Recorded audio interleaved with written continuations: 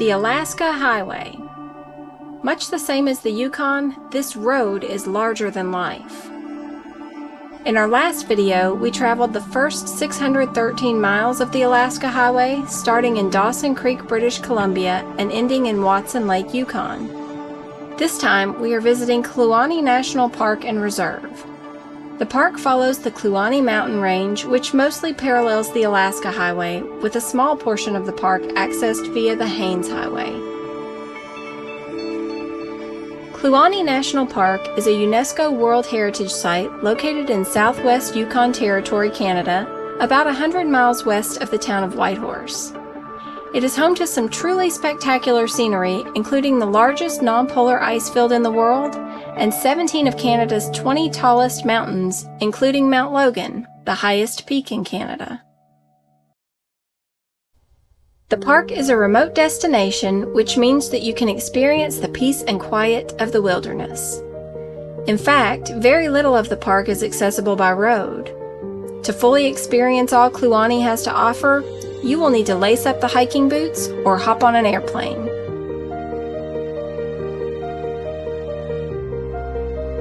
Together with Wrangell St. Elias National Park and Preserve in Alaska, Tatshenshini-Alsek Wilderness Provincial Park in British Columbia, and Glacier Bay National Park and Preserve in Alaska, Kluane is part of the largest protected landmass on Earth.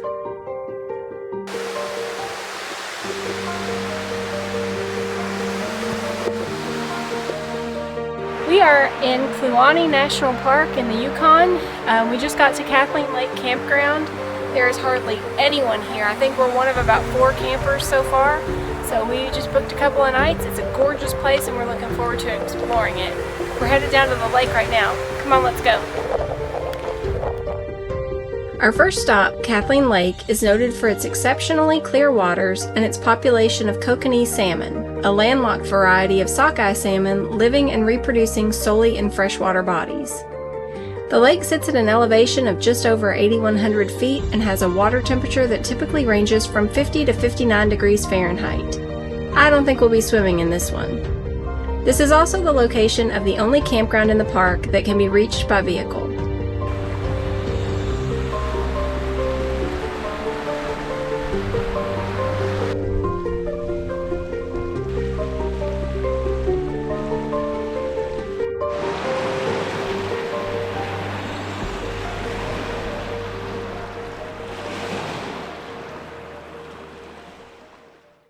It's starting to lightly sprinkle and we're getting ready to head out to Rock Glacier, which is a 2-mile round trip trail, the sign says. Yeah, the map said 1 mile, but whatever. So 2 miles and 300 feet of elevation gain.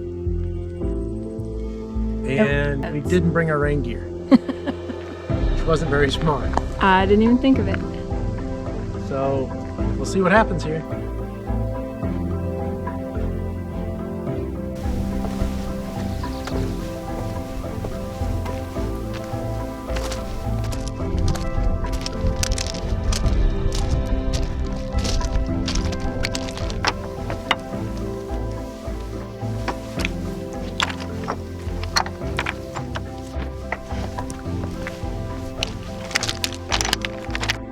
It's steep. So we're not yet exactly sure what a rock glacier really is. The sign didn't say. It sounds like it's kind of the terminus of what used to be a glacier, where it dumped all the rocks, and that's kind of what it looks like behind you there. But then the sign down below said something about how it's still frozen in places or something. I don't know. Anyway, this is where we're going. You can see the trail there. I think this up here is toe of the Rock Glacier. It's pretty cool, I like it. It's nice. And the rain's holding off too, so that's good too. Yeah, I didn't want to get wet.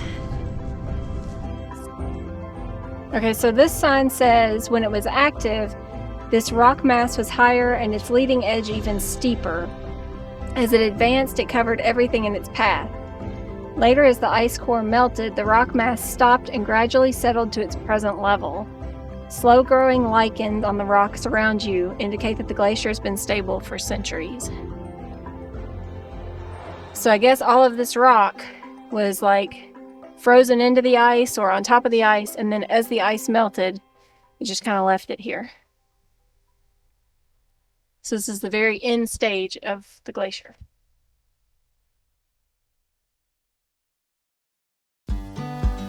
We hiked up this rocky hillside. We're kind of at the top of what we can do. And you can see the road down there quite a ways down. So we've come up, I don't know, this is probably 300 feet like the trail said.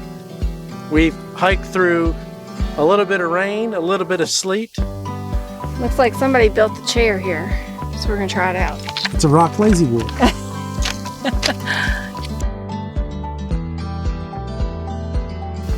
It's not the most comfortable chair I've ever sat in, but it's got the best view.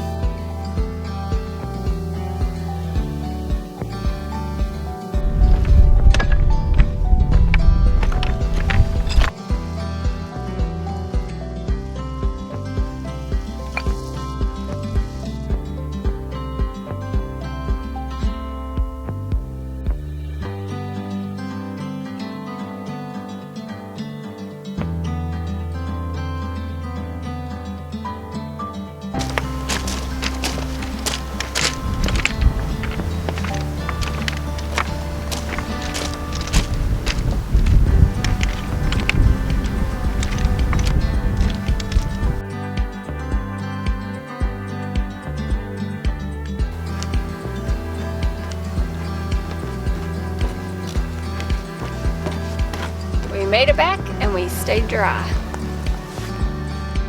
The park is home to over 2,000 glaciers, some of which are over half a mile thick. About 4% of the glaciers in this area surge, meaning that water forms between rock and ice, enabling the glacier to move faster. Some travel more than 1 mile per month. Others are vanishing.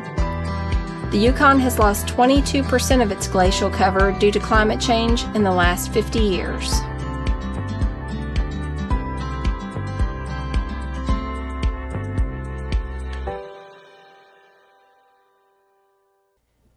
Now it's time to hitch up the trailer for a short drive up the Haines Highway and back to the Alaska Highway.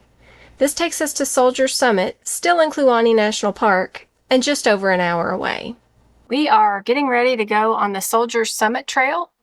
It is 0.6 miles round trip, I think, and it says it gains 300 feet of elevation, so it's going to be a steep one. The Soldier's Summit hike is a short walk up to the top of a steep hill with an amazing view of Kluane Lake. This lake was formerly fed by the Slims River, which was composed of meltwater from the Kaskawalsh Glacier. But in a startling case of climate change, over a 4-day period in May 2016, the Slims River suddenly disappeared. The Kaskawalsh Glacier retreated so rapidly its meltwaters diverted to the Kaskawalsh River, sending water to the Gulf of Alaska instead of through Kluane Lake and onto the Bering Sea. Now there are nothing but windswept mudflats in the area that used to be the lake's inlet. With its main water supply cut off, Kluane Lake water levels will continue to drop, eventually becoming an isolated lake cut off from any outflow. Clouds of dust now frequently fill the formerly clear air. Despite this, Kluane Lake remains a beautiful and important part of the Yukon landscape. Kluane Lake, and specifically Soldier's Summit, are also important for another reason. Soldier's Summit is a significant landmark, marking the location of the 1942 ribbon-cutting ceremony that officially opened the amazing and historic Alaska Highway. An informative sign at the summit plays a recording of a radio broadcast describing what it was like at the opening ceremony of this newly created road, the Alaska Highway.